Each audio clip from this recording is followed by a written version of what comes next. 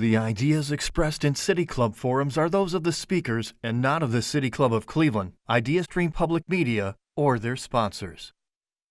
Production and distribution of City Club forums on IdeaStream Public Media are made possible by PNC and the United Black Fund of Greater Cleveland, Incorporated.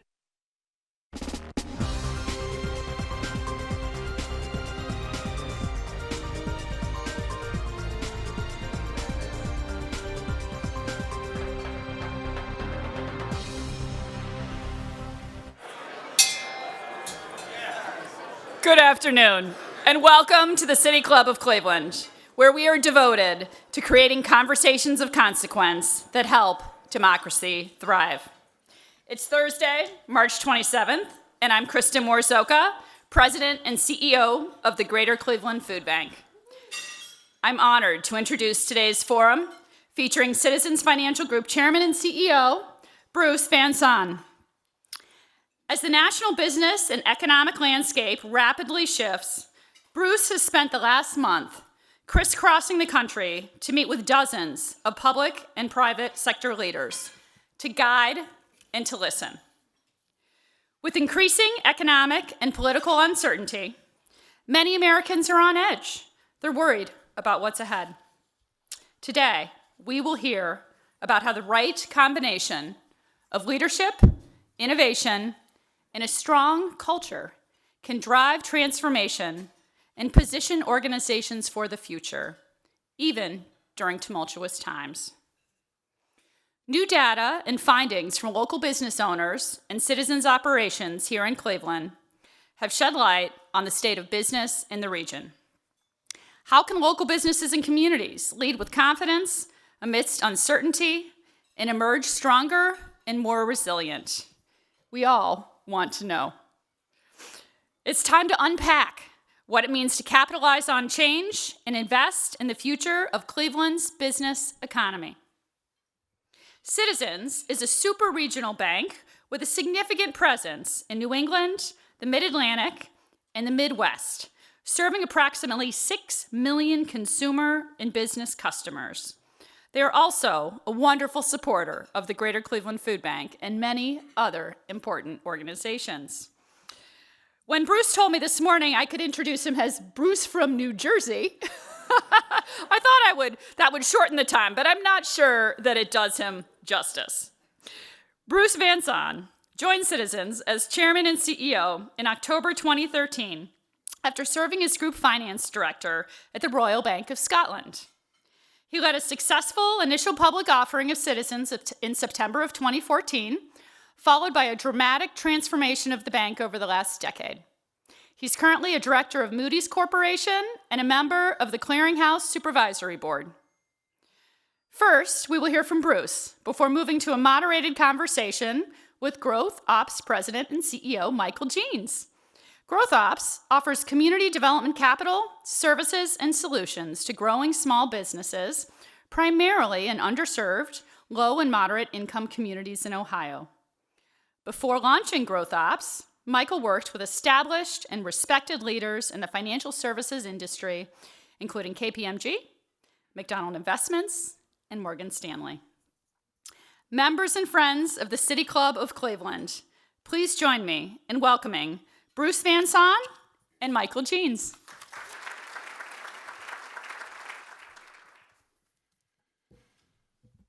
Thanks, Kristen, for those kind words, and good afternoon, everybody. It's a real pleasure to be here. I'm really honored to be speaking at such a storied club in such a great location and building. I'm going to start out talking a little bit about Cleveland and how important Cleveland has been as a financial center for the country, one of the country's main banking centers. So many banks and financial institutions were started here. And of course, Cleveland's designation as a Federal Reserve Bank continues that legacy.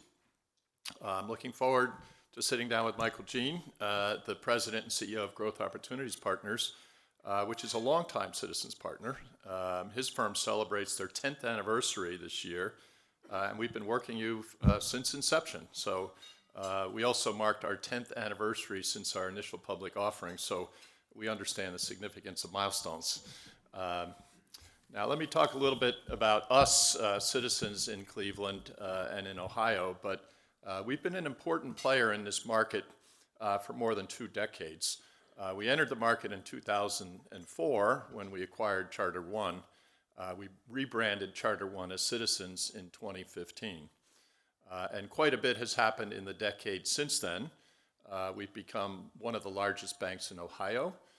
We're a top 15 bank in the US, a leading super regional bank supporting millions of customers, businesses, organizations, and municipalities across the country. We like to think that we're the perfect size.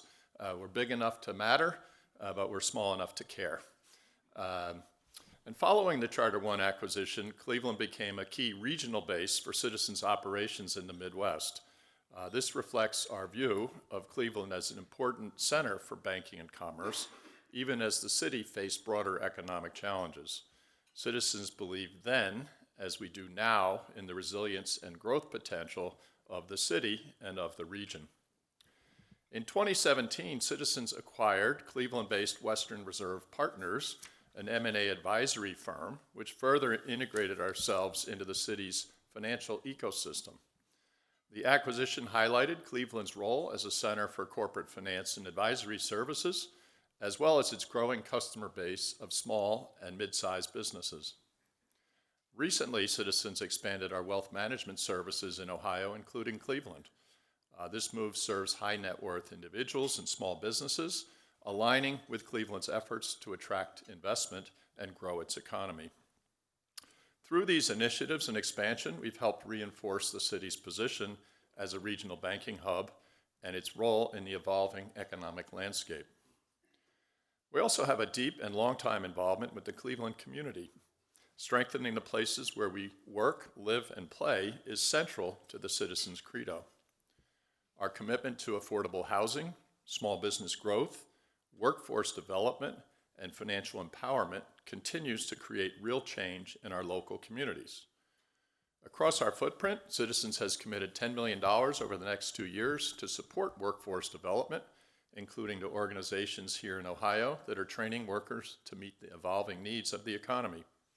This includes a recent grant for the Greater Cleveland Food Bank's Community Resource Center, which serves as a national model on addressing the root causes of poverty.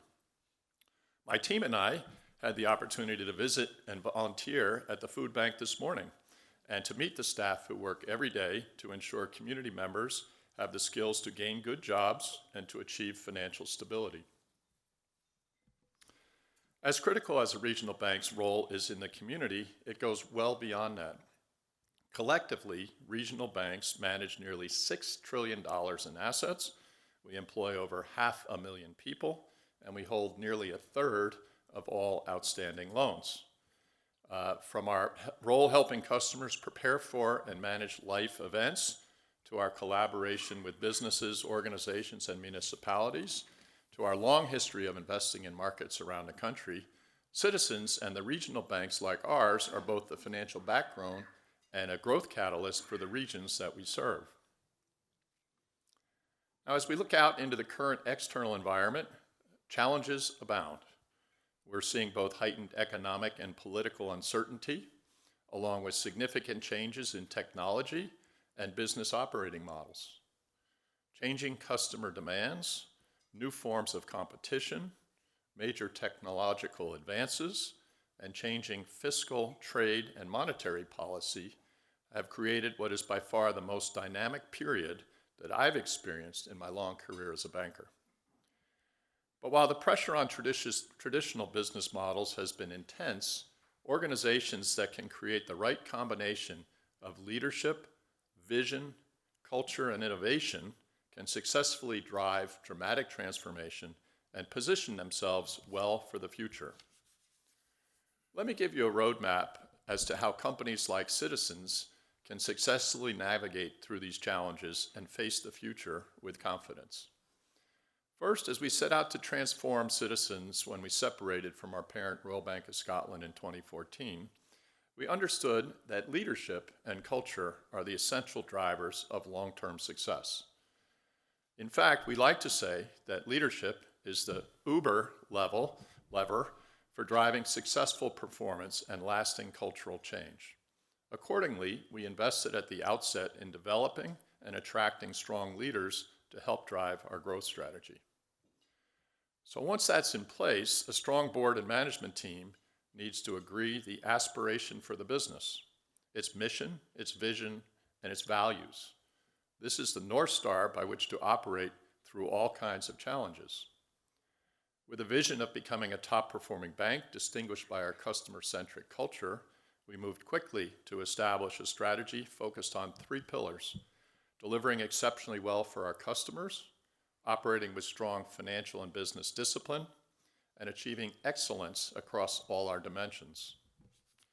We analyzed market opportunities and competitive dynamics and prioritized business activities where we could build on existing strengths, where we had a right to win, and then we consistently built up our capabilities in those areas over time.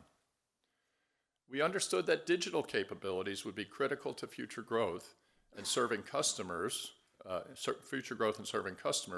and we made smart bets in digital, data, and analytics that have enabled us to better understand and react to customer needs. And we focused on building a culture of innovation that enabled us to create organic growth opportunities that were unique, as well as think and act more like a digital native company, enabling us to roll out offerings that have set us apart. So rather than any one thing, it was this combination of leadership, vision, culture, and innovation tied to an intense focus on customer needs that has driven our transformation. With a strong foundation in place, let's take a quick look at how we navigated the intense challenges of the past few years, such as the pandemic, the high inflation, and the rapid rise in rates, as well as the bank failures. A few things stand out to me. First, we stayed intensely focused on helping our customers through adversity. The bank's effort around the Paycheck Protection Program, the PPP, during COVID were remarkable. We worked around the clock. We secured over $7 billion in PPP funds for our customers. We helped save over 750,000 jobs. And, I'd say this relationship orientation through good times and bad is really, really important. It engenders lasting customer loyalty. We also seized the moment when opportunities arose. I like to think we zigged when others zagged. So we bought 2 branch deposit businesses to finally achieve our aspiration to enter the New York City market when banks were overflowing with deposits and they weren't interested. And we launched a private bank in the midst of the 2023 banking turmoil by bringing over significant talent from First Republic Bank after it failed. This solved a long-term ambition to enter the business. We had sufficient financial, management, and regulatory strength to be opportunistic and to be able to pull that off. We've also continually looked at how to balance physical and digital channels, empowering customers to make their own finances with real-time digital transaction on their devices, but offering advice when they need us for important life events. Our goal is to ensure that customers have a consistent experience across any channel that they choose. And lastly, we've become a leader in technology, with our infrastructure moving fully to the cloud in 2025, the first bank to achieve that, by the way. We're embracing all the latest cyber tools, and we're aspiring to reap significant benefit from the deployment of AI.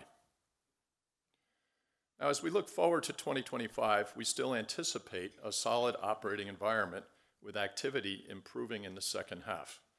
At Citizens, we have continued to invest in our growth initiatives as we believe our revenue outlook for the year remains solid in spite of all the uncertainty. Our surveys of middle market customers show consistent positive sentiment in spite of that uptick in uncertainty, as most businesses plan to add jobs in 2025 and cautiously grow their businesses. Attracting talent and keeping up with the latest technology are seen as the key enablers to success. Most of our customers have proven to be adaptive and resilient given the events of the past few years, and they embrace our belief that leadership, vision, culture, and innovation are the foundation blocks to face the future with confidence. Let me shift gears to talk about how business, financial, and political leaders can work together to support a strong regional economy. The Midwest has traditionally been the engine of the American economy. From banking and financial centers like Cleveland to manufacturing across Ohio and in neighboring Michigan and Pennsylvania, from trading centers in Illinois to the Farm Belt, American prosperity starts here. We all need to continue to support business growth in the region. There's big demand for it. In fact, Citizens just conducted a survey of Ohio business leaders, of whom 45% are looking for help supporting growth through advisory services and strategic guidance. At this time of dramatic change in our country, there's an opportunity for business and financial leaders to capitalize on change and drive growth through heightened focus on workforce development, investment in technology and business capabilities, and in our stewardship of capital markets and our economy. Of course, here in Cleveland, you've already been putting these principles to work in recent years. I'm going to give you two examples. Look no further than first, the Cleveland Innovation District, established during the pandemic in 2021, where major institutions, including Cleveland Clinic, Case Western Reserve University, Cleveland State University, Metro Health, and University Hospitals, have partnered to advance technology and drive economic growth.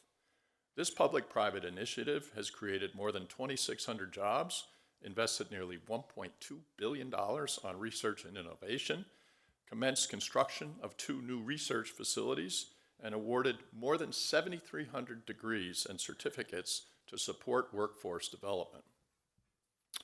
And second is Cleveland Metro Parks, which over the years has built beautiful spaces and amenities for Clevelanders and visitors. Metro Parks has been working with partners locally and nationally to drive momentum for the development of Irishtown Bend Park, a project that will create 25-acre green space connecting Cleveland residents and visitors to more than 125 miles of parklands and regional trails.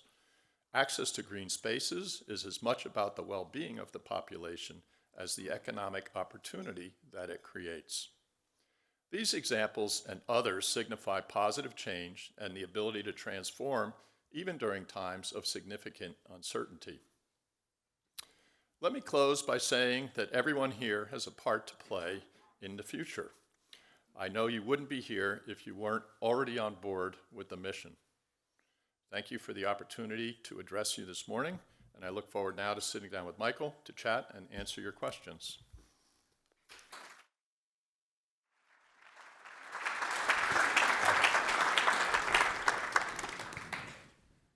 Welcome to the City Club of Cleveland, Bruce. Thank you.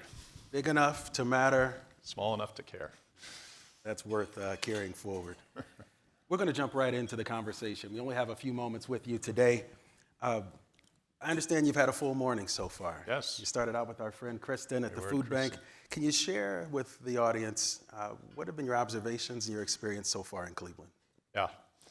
So the morning was great, and just seeing the number of people that were there being served, and then meeting some of the staff and how they've set this central resource center up inside the food bank is really a model that other food banks across the country are getting inspired by and trying to emulate. So we got to talk about skills and how to create opportunities for folks to get them farther up the economic ladder, and also take advantage of different programs that are available to folks that they may not know about. So it was really eye-opening. And then we actually volunteered. So I put the apron on and we stocked shelves for half an hour. So that was pretty fun, actually. That's fantastic. Yeah. We're so proud of our food bank, the leadership under Kristen, and the new resource center. If you folks, if you haven't had a chance to visit, we sure hope that you do. So Bruce, banks are alpha to the market, as you know, which means the bank does as well as the communities you serve. From bull markets to bear markets, as CEO, you have to find ways to navigate challenging and changing market conditions. There's a great deal of uncertainty in the markets currently, but we entered the year with strong market indicators and tailwinds. what's the bank's outlook on the market overall, and where are the challenges as well as where are you finding opportunity? Sure. So I'd say, most folks looked at 2025 with a lot of positive sentiment. The markets were up, and then once the administration got seated, there started to be rollout of certain policies that have led to uncertainty. So the way I kind of look at that is that some of the Trump administration policies that can be affected quickly, taken by executive action, can be demand dampening somewhat. So, the tariffs and what actually is going to play out, how they're going to play out, the downsizing of the federal government and potentially how the government spends its money, some of the deportations, those things, they're plays for longer term benefits, but in the short run, they could be slightly negative to economic growth.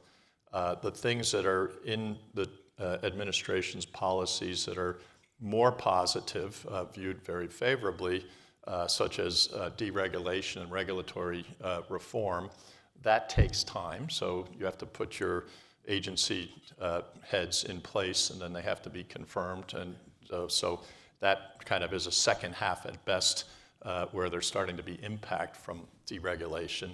A tax bill has to go through the legislative process, so extending the tax cuts and putting other tax favorable policies in place. It won't happen until the second half of the year, again, at the earliest. And then pro-energy policies to put the energy team in place and then change some of the overall policies that want to stimulate more supply. Those take longer to put in place. So kind of that's why in my remarks I said we think that the first half of the year might be a little choppy. There's still a lot of uncertainty. People are standing back from the market a little bit. But then I think as these other policies come in place, then that should be favorable to the economy. So the second half, we'd expect to see kind of more deal activity and just kind of a more favorable macroeconomic backdrop.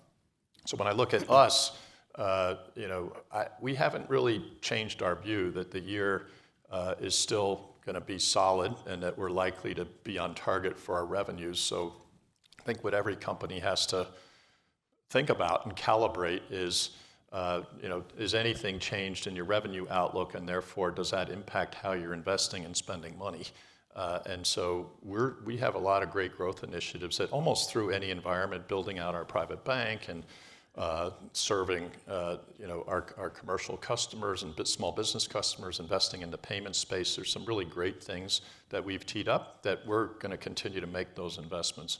And if it turns out that we're wrong and that things drag out, uncertainty drags out, and the second half is a little softer, then we'd have to push those things out a little bit in time. Bruce, I'd like to follow up on that. So thoughts on a strengthening international marketplace? Coming into, I think, the top of the year, emerging markets were not necessarily viewed as favorable as perhaps now. Yeah. How is your bank thinking about investment and opportunity, not only from a United States perspective, but from a global and international one?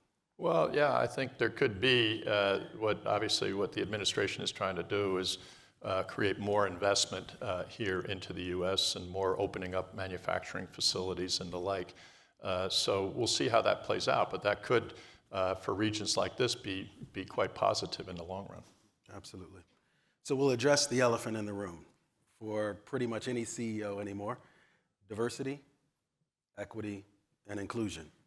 It's come under fire under recent months, and it's causing companies to reconsider or to consider, and in some instances act. According to McKinsey and reported by Forbes, the top quartile companies for ethnic diversity are 36% more likely to financially outperform their less diverse peers. A separate study reported diverse teams make better decisions 87% of the time. What is the bank's approach to this, and how do you lead in such a challenging time? Yeah. So I'd say from the outset, when I arrived and we kind of did a check of our culture, diversity and inclusion was really one of the foundation blocks that we really believed in. And so as we've attracted talent and leadership to the company, making sure that we're seeking diversity of backgrounds, whether it's skin color, gender, socioeconomic backgrounds, or geography, having, just as you say in the study quotes, that having people with different viewpoints discussing the context for a decision and then arriving at a decision, you end up with better outcomes if it's not very narrow groupthink. So we've continued on with that. We never really got to the point where we made public goals, so there's not a lot to walk back. But we're still, I think, very public that diversity is important to the bank. And then I'd say as important or even more important is inclusivity. And so we want to run a company where everybody feels that they're respected, that their voice is listened to and heard, and they feel at home, that they're at a place that welcomes them. And that, when we do our cultural assessment, we're kind of off the charts positive on that, which we want to sustain. So I think a little bit where the DEI became controversial is when they stuck the E in the middle and the word equity, which to some people can be equal outcomes as opposed to equality of opportunity. And that's where I think that it started to take on a life of its own. I think had they stuck with diversity and inclusion, I don't think it would have been seen as political, just my personal view. So do you think it's more of a distraction of terminology? Maybe we'll describe. Well, I just saw, one of our bigger competitors, J.P. Morgan, is renaming that effort diversity, opportunity, and inclusion, which kind of seems like it's responsive to what the critique was. So I found that amusing, but they tend to be trendsetters, and then kind of the rest of the industry often pulls behind them. So anyway, sometimes it could be just what's in a name. I also think, though, that folks who had targeted goals that kind of, in terms of the diversity, that veered away from meritocracy, I think that's really what the administration is against. So you can continue to have business resource groups, you can continue to value diversity. When you go hire from the outside, you can have diverse slates and make that a requirement, but you really can't hang targets out there that might force you to bend the results of putting the best player on the field. Yeah, it's an important discussion. Places like Northeast Ohio are incredibly diverse. Yep. And I think at the end of the day, we all want our family, our kids to have an opportunity to compete and to be included and doing so in a fair way. So thank you for sharing your perspective. And I think we also benefit if our staff is representative of the customers that we're serving and the communities that we're serving. So that's an ambition that we hold. Yeah, and to put a pin on it, and they can all be high performing, right? Yeah, they can all exactly. be qualified. Exactly. So where there's uncertainty, there can be opportunity. Let's shift a bit here from Dodd-Frank to AI, to generative AI, to massive global shifts of power. How should the everyday citizen, the business owner, the corporate leader, the community leader, the student, how should we be thinking about resilience and growth as we sit here in March of 2025? How do we grow from here? Yeah. So I mentioned in my remarks that leadership, vision, culture, innovation, that's a base that, if companies have that, they have the base to be successful. But what I'm very impressed by is if we look at the companies that we serve, you think of the last 5 years and what organizations, companies had to go through when the economy completely shut and people had to stay in their houses. And then we came out of that period, and then we had really rapid inflation, and then rates went up, and there was concern about the viability of the banking system for a little while.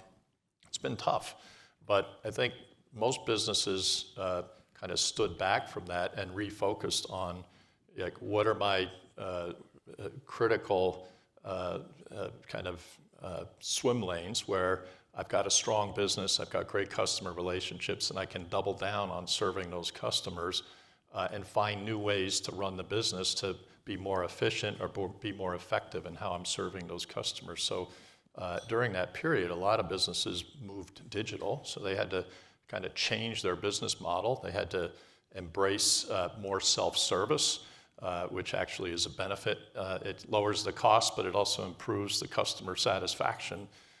So we saw a lot of retooling, taking expenses out of the expense base. And so, having that mindset that, uncertainty wasn't just that period, but the next 5 years could be just as uncertain with new things coming down the pike, but make sure that you're tooled for being adaptable and resilient, and you kind of stick to the things that you have a right to win, that you can continue to refine, you continue to take care of your customers, you can put the talent in place that you need, securing talent, investing in new technologies, so you're not flat-footed, that your competitors move ahead of you because they're using AI and you haven't figured out how to do it. Leaning in on innovation, embracing change, thinking of new ways to work. Don't be wed to the way you've always done things. That whole mindset is really important, I think, as we think about the future.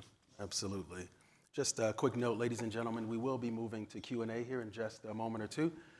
But before we do, in this moment of uncertainty, and many of the qualifiers you've already mentioned, how should companies and businesses think about growth? It can be organic, it can be by acquisition, and it seems the outlook for acquisition has adjusted a bit, let's say, from the end of the year till now.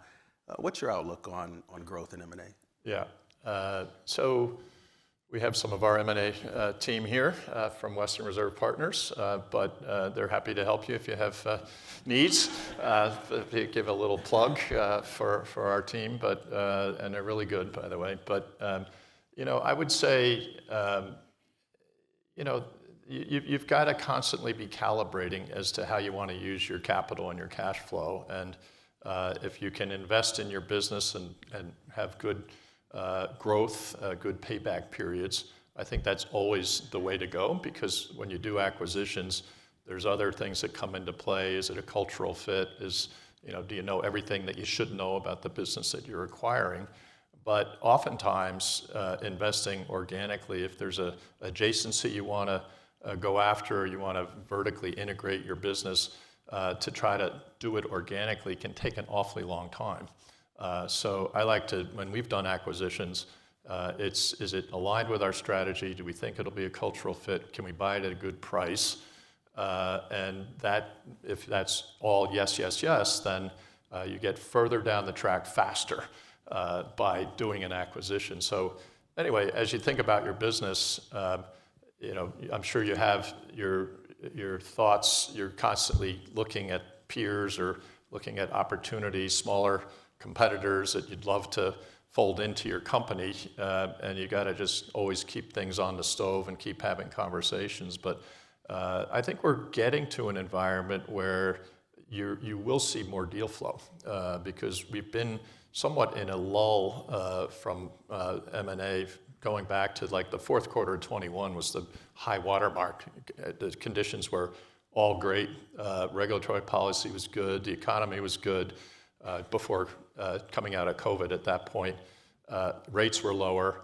And so I think we're kind of entering a period like that again, and there's a lot of pent-up demand. We have big deal backlogs. Private equity has a lot of money. They're looking to put it to work. So I think once that flywheel gets going, then you start to see more deals, and then you kind of have to say, do I want to play in this, or do I want to be on the sideline? And that starts to get the flywheel going even faster, because people start to make the decision, I better get involved and not be sitting kind of in a folding chair over with my back to the wall. I should get out on the dance floor when people are starting to dance. So anyway, that's how I would see it. Thank you for that. Yeah. Just one last question before we move to M&A. I could ask you what keeps you up at night, but some of us sleep really well. So I generally sleep quite well, but I think the macro economy, if you're a bank, your fortunes are tied to the economy. So I hope that the period of uncertainty that we're going through, that the kind of policies around trade become more apparent and they're reasonable, and then the rest of the policies go in place in the U.S. It's really the U.S. policy that's going to drive the regional banks' fortunes. So that's a worry. I'd say the other big worry that we always have is the significant amount of bad actors that are out there that are constantly trying to steal customer data, steal customer assets, and our need to make sure that we're investing in all the cyber defenses and fraud defenses to keep our customers safe and to keep the banks safe. And so, I think we have some of the best people in banking. I think we invest in the latest tools, but, the bad guys also now have the advantage of access to AI and other things that they can up their game. So they're constantly trying to find new ways to attack. And so we need to constantly be thinking about, how do we prevent that? And it's a public-private partnership on that too. The government has a role to play in that and coordinate information. If there's an attack over here, then other banks or other companies should know about it so they can bolt the doors down. Anyway, I think we're okay, but I never get too comfortable. Yeah, right. Good advice. We're going to move into our Q&A portion. For our live stream audience, I'm Michael Jeans, President and CEO of Growth Ops, and moderator for today's conversation. Today we are joined by Chairman and CEO of Citizens Financial Group, Bruce Van Saun. We welcome questions from everyone, City Club members, guests, as well as those joining via our live stream at cityclub.org. If you'd like to text a question for our speaker, please text it to 330-541-5794. That's 330-541-5794. And City Club staff will try to work it into the conversation. May we have our first question, please? Yes. Our first question is a text question. It says, it feels like Cleveland is on the cusp of really leveling up as a leading urban region. What kind of approaches are you taking here with startups and mid-sized businesses to help push Cleveland ahead? And are any unique to this region?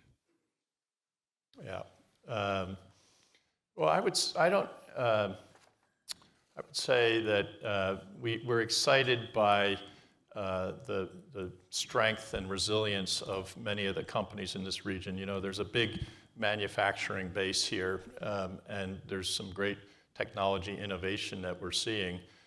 So we often kind of in our coverage and our visits with companies try to share what we're seeing around the country. And I think that's really useful information to companies. So whether it's M&A ideas, whether it's technology innovation, there's a lot of focus on ESG and trying to reduce carbon emissions.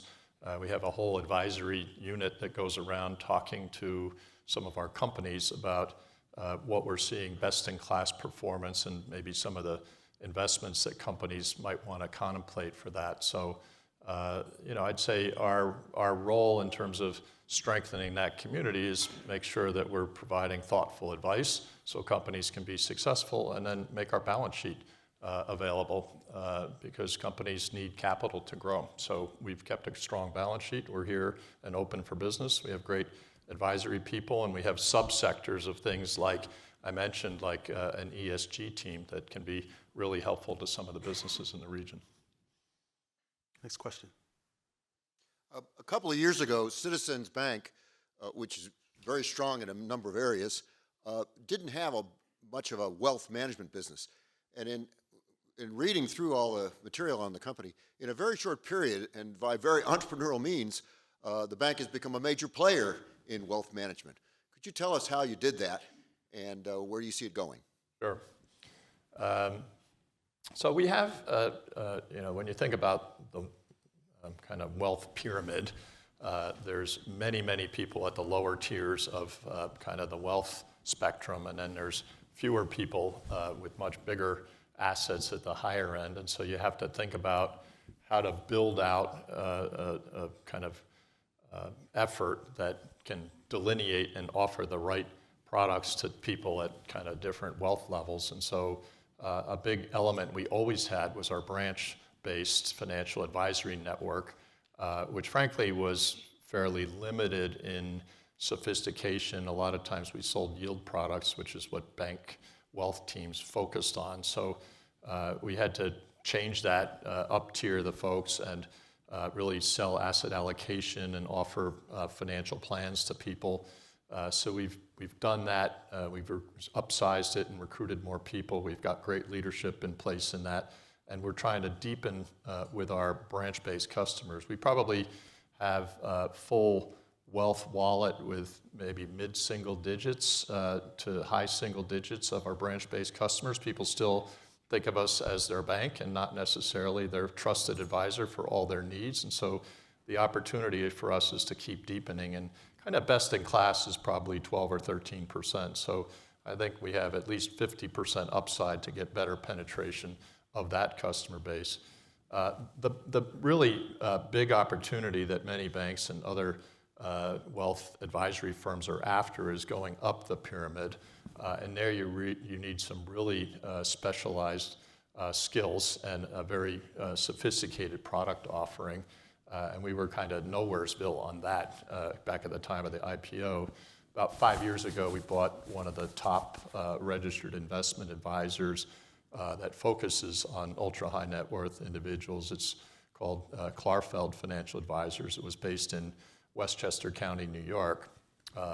It's worked out well, and so many of our business owners, when they have liquidity events or they're planning for succession in their families and they want to set up trusts or they want to set up ESOPs, we can do all that work, so we've had a good level of cross-sell. But it was fairly limited in size, and so there was a bigger opportunity out there. When First Republic failed, we had the chance to bid on it, and it was JP Morgan, ourselves, and PNC were kind of in it to win it right to the last minute.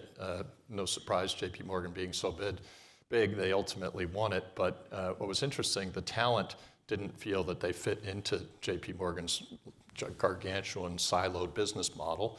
They wanted to recreate something that kind of felt more like First Republic 2.0.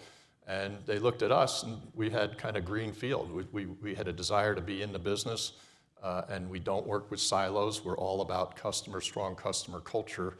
So right in the middle of that banking crisis, we added 150 expensive people with all the expenses showing up on day one and zero revenues coming across on day one, which was like an 11-cent EPS hit in 2023, gulp. But lo and behold, if you fast forward that now, we have that up to about 300 people. So it's doubled in size. It reached break even in August of 2024. It made money in the fourth quarter. We ended up with $7.5 billion in deposits and $5 billion of assets under management. And we're continuing to add these wealth lift-out teams. These top teams in the country all want to be part of this effort. So we've done probably 5 wealth lift-outs, and we'll probably do another 5 or 6 this year. So it was kind of a masterstroke. I mentioned in my prepared remarks is you just have to be opportunistic. If you keep a strong balance sheet and you're constantly surveilling what's out there, there might be a dislocation in the market. You have to be prepared to kind of jump on it to ultimately achieve your ambitions. Because those companies were too expensive to buy. Like, we couldn't have bought First Republic before it failed. It was valued too highly by the market. But then it cracked, and then there was an opportunity to bring in that talent. And ultimately, in a services business, you win with the quality of your talent. Bruce, we have another question here. Yeah. Hi, Bruce. Thanks for being here. I'm Dawn Southard with Team NEO. We're the lead economic development organization for the 14 counties in Northeast Ohio. My question is related to a statement you said earlier about the significant investment in workforce development. Can you share what types of factors you're using to measure success of that investment? Yeah. Thank you. Yeah, we're kind of a very ROI-focused company. So we work with partners on workforce development. One of my colleagues here, Dan Fitzpatrick, who runs the Mid-Atlantic Corporate Banking Group, has been a personal passion of his for a long time, and we've set up some great like maritime logistics training center in the Port of Philadelphia. There's many kind of things across the footprint that we've done. But what I would say is, you know, banks have a unique place in local economies because we can be a convener. We can listen to what the needs are from companies where, you know, there was a war for talent and the skills gap, and so we knew kind of where we could find placements. and then we'd go and talk to community partners, talk to community colleges and government organizations to try to figure out, let's get together and have a conversation and see if we can set something up that can upskill people that come out with a degree, a certificate, or skills that can drop them right in. There's already a job there. And so somebody moves 2 steps up the economic ladder, which is great for them and for their family and for the community. So, I'd say the success of our inputs compared to the number of people that it benefits and people actually landing jobs that kind of turn into careers, that they're not just the first step job, but they're something that launches them on a new path. That's how we think about it. So Bruce, you're mentioning careers and early stage worker or labor force, but a moment ago you spoke of a bit of a high net worth private wealth client. Yeah. Clearly you're seeing some bullish nature on the resilience of the citizen, of the worker. Can you talk to us a little bit about what you're seeing that would cause you to make an investment in private wealth? Yeah, I'd say that segment of the market will always be there, and we thought it would be underserved once the First Republic failed and Silicon Valley failed, and so there was white space to go fill. So we kind of jumped in, and our aspiration is to fill that void and now become known as the bank that really serves customers well in that space. In terms of kind of broader resilience of kind of our own workforce, I'll just pivot a little bit on that, is what we tell our people inside the bank is it's up to you to manage your career, and we're going to provide you with the skills and kind of training, and we have something called Talent Matters, where you can fill out your profile and then see the different pathways that you can move in the company and what you'll need in terms of job rotations and training and badges to actually move inside the company and then prove resilient. So like if AI takes out jobs that are more manual and repetitive, and if I'm a person doing one of those jobs, I want that person to have the skills and the dexterity to move to a different part of the company and stay with us. Anyway, that's another thing that we think about. I mean, it applies more broadly to the communities we serve. People have to think like that. But even in our own company, making sure that our talent is consistently upgrading so they can be resilient when all these changes come down the pike is really, really important. Indeed. Hello, this is a text question.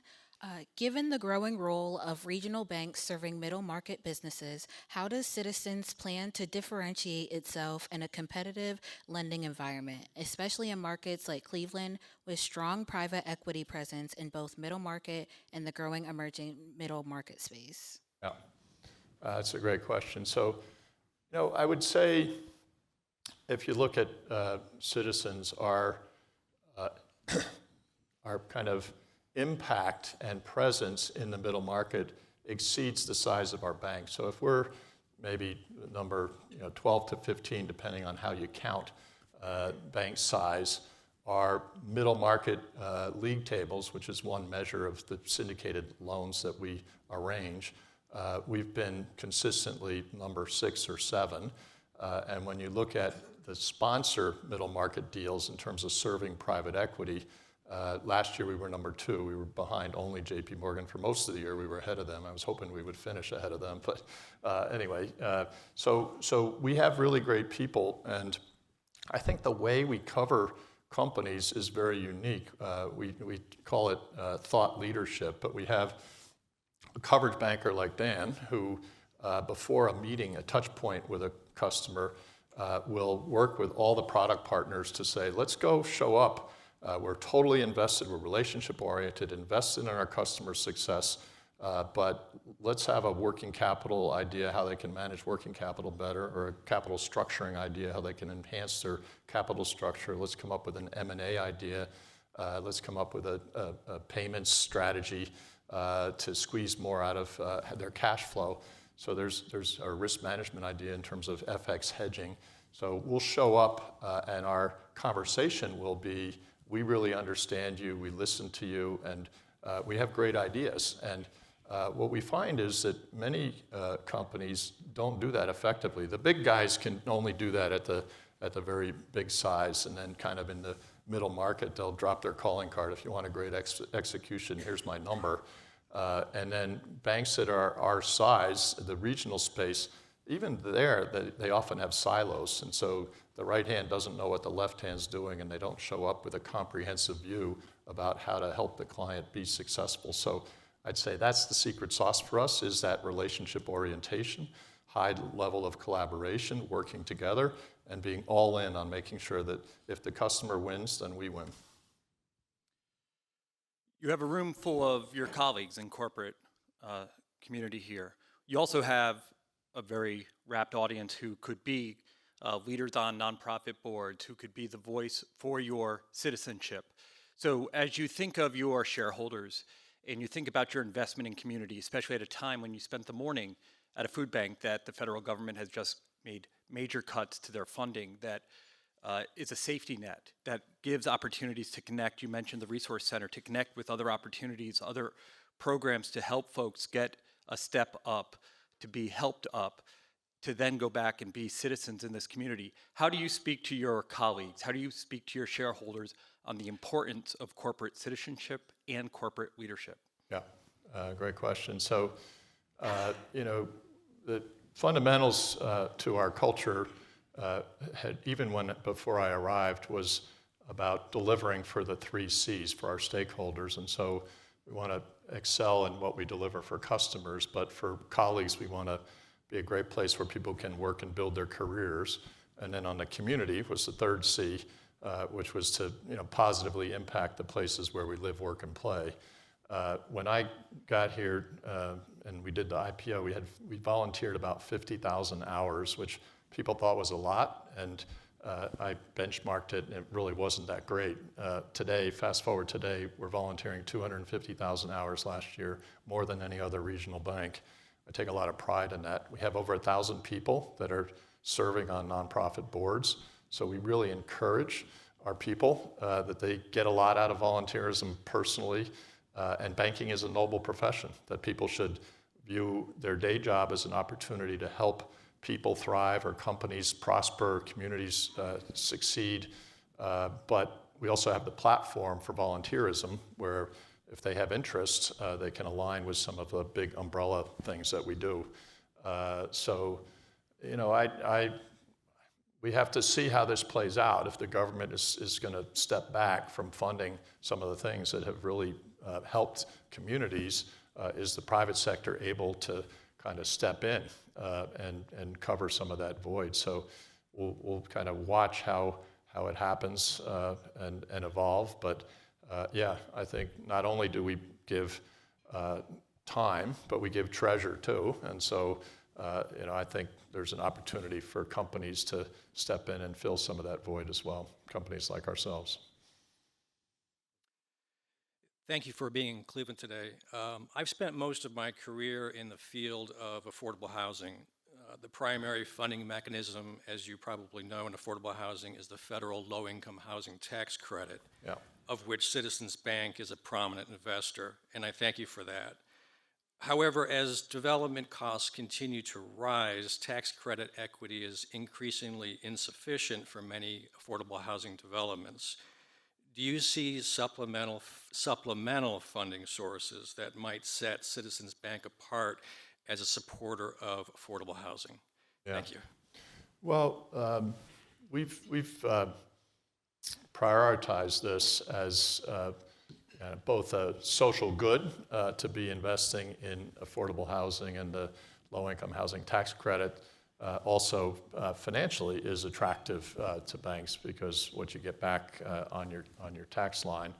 And so as much as we can do, up to kind of the limits that we have in terms of how much money we're making, we've been all in on that all along this journey since the IPO. We'll have to see if there's other avenues that we can push that further. I think there potentially are other sources of capital. There's been a lot of capital raised over the last 5 years, and people are looking for investment opportunities. And so maybe kind of being a bridge to help connect those folks looking for good investments with the needs is another place where we can be a convener as well. Today we heard from Bruce Van Saun, Chairman and CEO of Citizens Financial Group, from the full faith and credit of the institution to caring in communities. Big enough to matter? Small enough to care. Thank you, Bruce.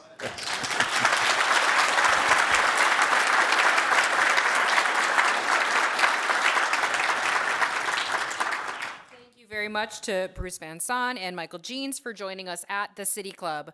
Forums like this one are made possible thanks to generous support from individuals like you. You can learn more about how to become a guardian of free speech at cityclub.org. The City Club would like to welcome guests at the tables hosted by Citizens, Citizens Bank Community Development, Citizens M&A Advisory, Cleveland Leadership Center, Growth Ops, and Michael Jeans and O'Reilly Jeans, and Jones Day. Thank you all for being here today. Next week at the City Club, on Tuesday, April 1st, we will hear from Michelle Rose, CEO of Greater Cleveland Works, Northeast Ohio's new workforce development nonprofit. You can learn more about this forum and others at cityclub.org. And that brings us to the end of today's forum. Thank you once again to Bruce and Michael. I'm Cynthia Connolly, and this forum is now adjourned.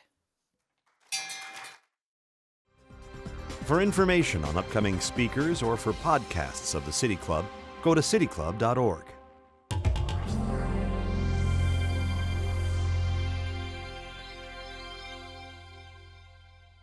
The ideas expressed in City Club forums are those of the speakers and not of the City Club of Cleveland, IdeaStream Public Media, or their sponsors. Production and distribution of City Club forums on IdeaStream Public Media are made possible by PNC and the United Black Fund of Greater Cleveland, Incorporated.